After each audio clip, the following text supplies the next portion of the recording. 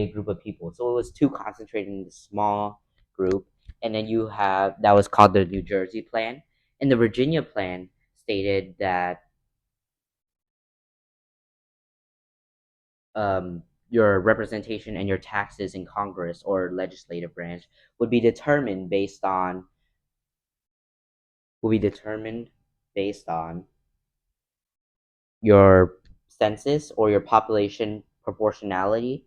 So the more people you had in your state when you were in the union, that's how much representation you would have in Congress. The problem with that was the small states in the north conflicted with that.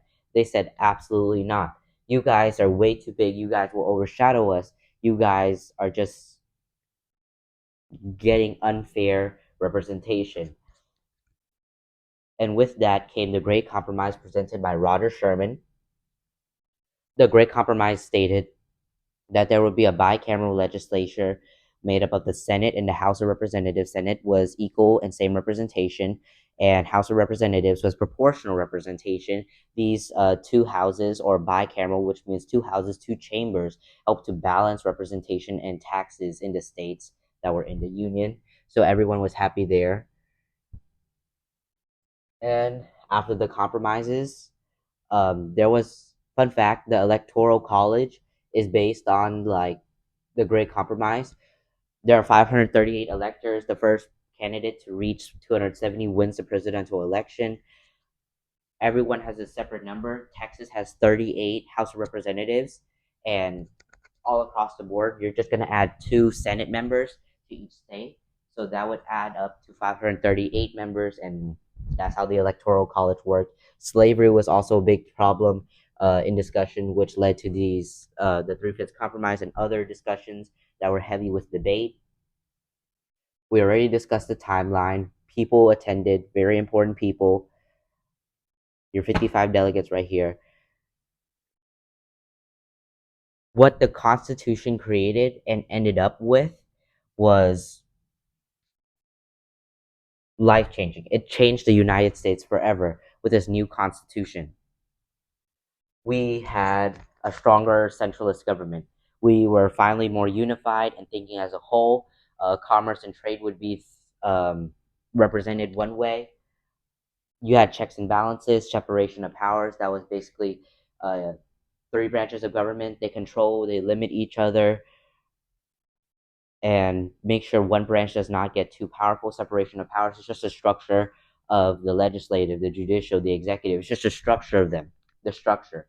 And then checks and balances are like, okay, you can't do this. Okay, if you ratify this, you have to go through the president, all that good stuff. And federalism was also implemented, dual federalism, giving powers to the states and ensuring they had uh, rights, as well as the federal government having rights. And that's basically what happened at this convention. A lot of important things that would help to build an early republic. And it also developed sides: the anti-federalists, the federalists, the democratic republicans, and diplomatic mission for foreign diplomatic connections, which George Washington really warned about during his presidency. There was a first national bank, a Bill of Rights to comfort the anti-federalists, but we'll definitely get all into that into the next portion. Okay, so after the Constitutional Convention, we move into the after part of it, where we are beginning to build an early republic, right? We're beginning to form this young nation of ours. And some key events that happened after was there was the developing of sides, whether to ratify the Constitution or not, or to ratify ratify it or not. And those two sides were the anti-federalists and the federalists. We were still under the Articles of Confederation, even though we still formed the Constitution and signed it. We need 9 out of 13 states to evaluate it. I mean, to ratify and agree to it. And the first state was Delaware. The last state was New Hampshire. The Rhode Island was actually the last to agree with it, But these were the two sides, anti-federalist and federalist. The federalists wanted to ratify the Constitution, while the anti-federalists did not want to ratify the Constitution.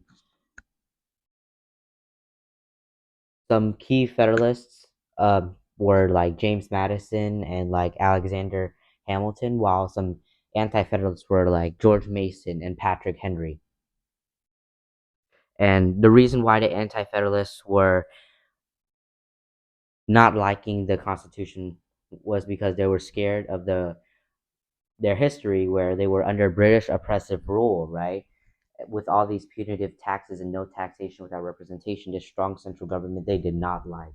But to handle those problems in the Constitution, there was eventually a Bill of Rights of 1791, which were 10 amendments or unalienable rights, such as no quartering of troops or the freedom of speech, freedom of press, freedom of assembly, the right to bear arms, the right to due process, basically protecting your civil liberties. There were federalism, dual federalism.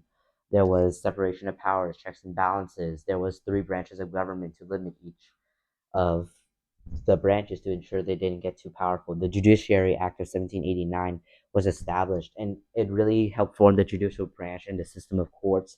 And it established that the Supreme Court was the highest court of the land. So that was that. And then you have your First National Bank. It was developed and supported mainly by Alexander Hamilton. It wanted to some way to handle. Hold up. Wait a minute. To handle the national debt and George Washington presidency. He developed his cabinet. He made the presidential service only 2 terms max in your life.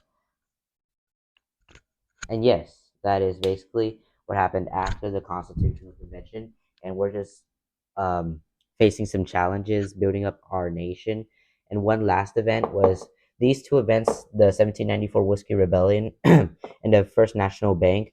Those were two events that show, like, yes, you, the citizens, have power, but the federalist government also has power, right?